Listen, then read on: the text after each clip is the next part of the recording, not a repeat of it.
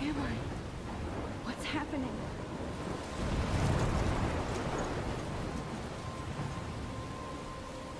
I'm trapped in a storm? How did I get here? And where is here?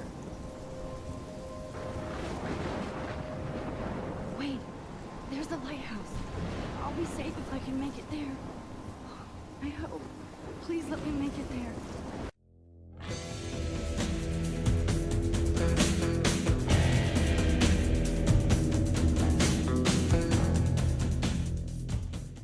Hello once again, players of good video games. My name is Nick Pell, and this is my review of Episode 1 of Life is Strange, called Chrysalis. This is a new episodic game. This is Episode 1 of it, from a new studio called Dontnod. So, I know nothing about these people at all, but they make a decent starting point for a video game, so let's talk about it. The story of this game follows a 18-year-old girl named Max Caulfield. She recently, about a month or so after her 18th birthday, discovers that she has the ability to control time. In that respect, she can reverse it for her own self and change things that go wrong, per se, in it. Very early on in the story, she witnesses a murder, so she discovers her powers while trying to prevent said murder, and she discovers after she has saved this person that she is a longtime friend, old friend, named Chloe Price, and these two are the main characters of this game and of this series. They both work really well. Their voice actors do a very nice job in their roles. They're very interesting characters as well. Chloe is kind of more of the rebel who has a terrible family situation, while Max is kind of the smart photographer who doesn't like to get in trouble, although I kind of made her get in trouble a few times. Those are kind of the characters. The story really does flow very, very nicely. It doesn't really do a lot in terms of excitement in its first episode. It's just kind of setting up the story, showing us what's to come, what the impending danger is, and letting us get excited for the next 6 weeks. Characters are very interesting as well, which really helps, especially not just the two main characters, but also some of the side characters have very interesting backstories. And as you explore the levels that you're in throughout the game, you can discover little secrets and little hints about these respective people. Graphic-wise, this is probably the weakest part of the game, to be frankly honest. The biggest qualm that I have is that the lip sync is off a bit, actually a lot.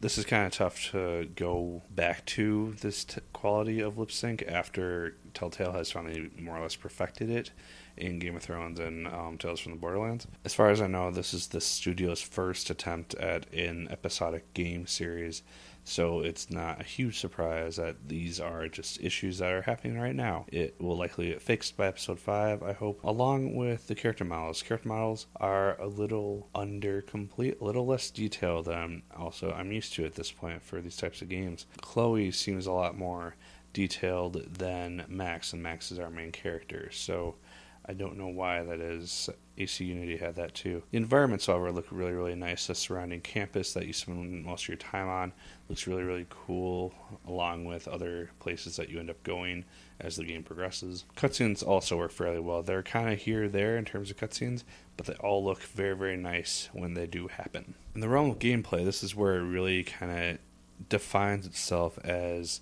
a new game, because we have a very unique gameplay system. There's not really combat per se, but like I said in the story bit, Max has the ability to reverse time, so you really just use this in order to experience the game in a very new and different way from other games of this sort. You can make a decision, and then if you don't like that decision, you can reverse time back to that certain point, make a new decision, see how that turns out for you. So it really redefines the way that dialogue works in terms of a choice-based system. Every so often there will be choices which will have consequences later on in the game. I don't know how big those consequences will be right now, but I feel like if this goes on the same lines as Telltale, we will get the same story regardless. It will just unfold in a slightly different fashion for each person. And like I said, the choice-based dialogue system has returned.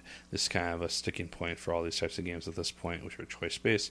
You need a dialogue system. This one works well. It does not have a timer, which is very strange and yet a little bit refreshing, because you can really think about your choices this time as opposed to having to just pick something within about 10 seconds or so. So on to enjoyment. Did I enjoy this game? Yes, I really, really did.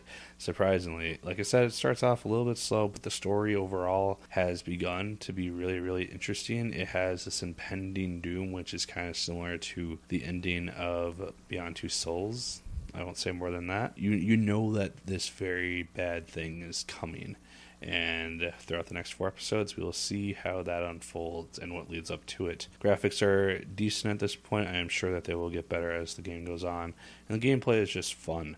It takes some time to get used to. There are collectibles around, but it's fun once you get the hang of it, and it's a very good time. So those are my thoughts on Life is Strange's first episode called Chrysalis. Let me know what you guys thought of it down in the comments down below. I'd love to hear your thoughts on it. Did you like it as much as I did? Did you hate it more than I did? Let me know. Like, favorite, comment, and subscribe once again if you so choose. I'd appreciate it immensely. And as always, my good people, my name is Nick Pell, and once again, keep on gaming. If this is destiny, I hope we can find Rachel. I miss her, Max.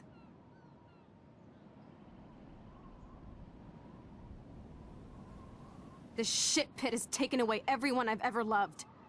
I'd like to drop a bomb on Arcadia Bay and turn it to fucking glass.